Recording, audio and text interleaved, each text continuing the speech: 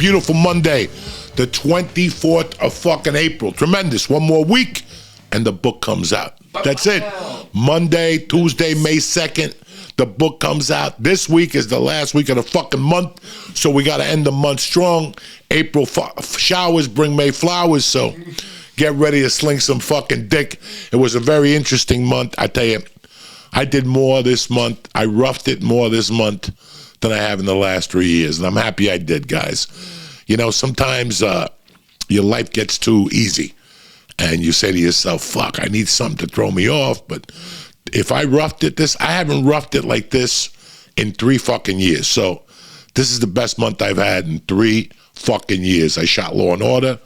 I couldn't sleep in the hotel. I thought I was going to fucking die. I fucking walked to the set. Everything worked out. And then the trip to Austin was just... Listen, guys, I didn't want to get on a fucking plane. And I know I've been saying this for the last fucking 2 years. But it was time.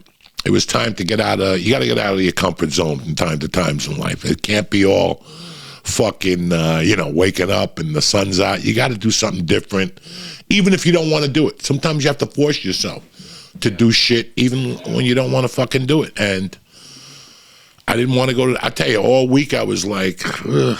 But I really wanted to go down there. I really, really wanted to go see what Joe had done. It wasn't about the podcast. It wasn't about smoking weed. It wasn't about any of that shit.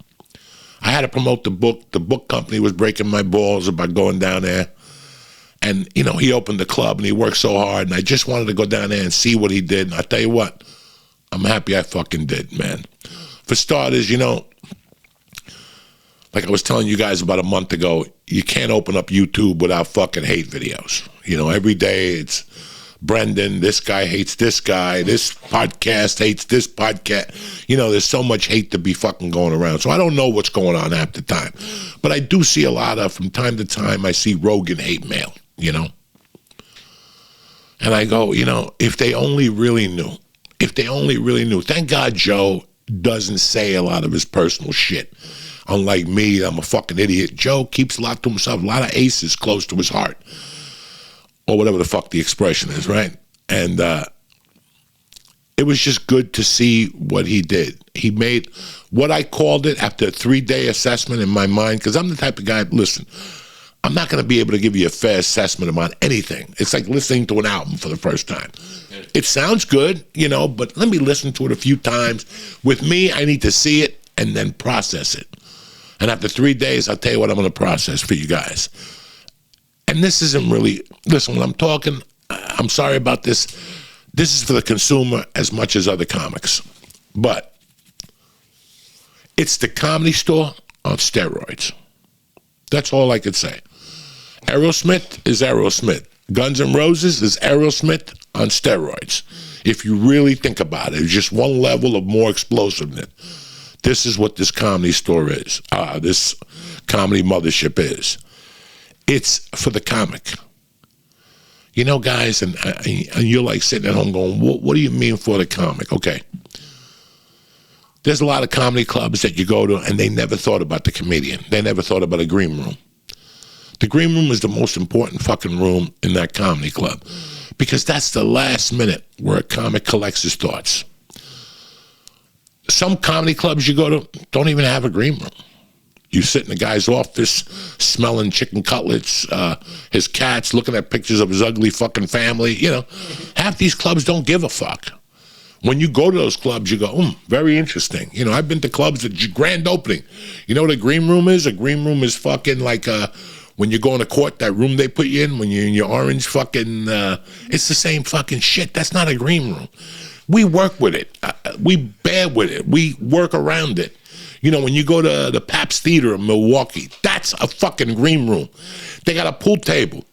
They got a fucking, did you know that? In the Pabst Theater, they have not a jukebox, a fucking turntable. And a wall of albums. Every album, every fucking mate. You could play.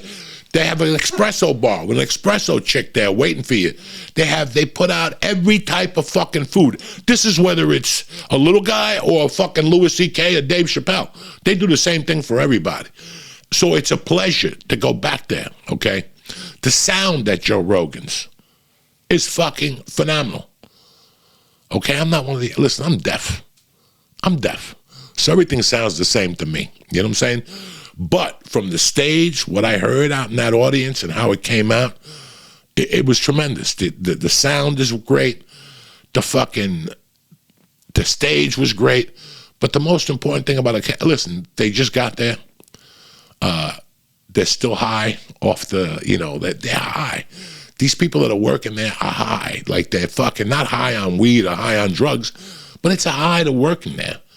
They've been telling me who's been going in there the last 2 weeks. It's like fucking endless who goes in there, from Bill Burr to Dean Delray to fucking Roseanne Barr. I mean, it's just the people, Dave Chappelle, some fucking people from Sports World were down there last week just to watch a comedy show, somebody from Memphis or something. He did something really good for the comics. He invested in comedy. He didn't invest in himself. He's got $300,000 million. What's he give a fuck about? He made an investment for comics. For all you fucking haters out there, for you people who know somebody who hates them, COVID, whatever the fuck, guys, it's all bullshit. And that's, when he went to El Nido, when I took him to El Nido, he wrote a report about El Nido. He wrote he put a picture up. And I'll never forget this thing he wrote. He goes, I'm paying attention to to all the little things that they do at El Nido. They do little things.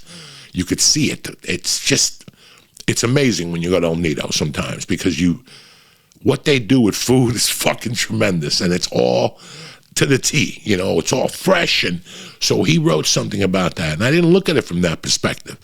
But that's a perspective he looks at things from. He looks at, when he looked at that comedy club, he's like, I don't want it to just be a comedy club. I want it to be the best fucking, there's an elevator in that motherfucker. I was taking an elevator. I'm not walking up all those fucking stairs. I just did PRP in it. But it's great to see. The last 10 years, guys, listen, I'm not going to lie to you. I'm a criminal. When I walk into a theater and the people Al Capone performed here 18 years ago, and look at this piece of art. It's all great. I just came to make these motherfuckers laugh and to pick up a check. I didn't come here to look at fucking art. I really didn't. I mean, I'm a fucking animal. I really don't care what the fuck. Just get me to the stage. Let me loose. Let me go make them laugh. Let's wrap this motherfucker up, get a check, and get the fuck out of there. When I went to ROGAN'S, I was paying attention to all the small details. He did so many. There's a bar downstairs called Mitzi's. That's beautiful. Just for the fucking comics.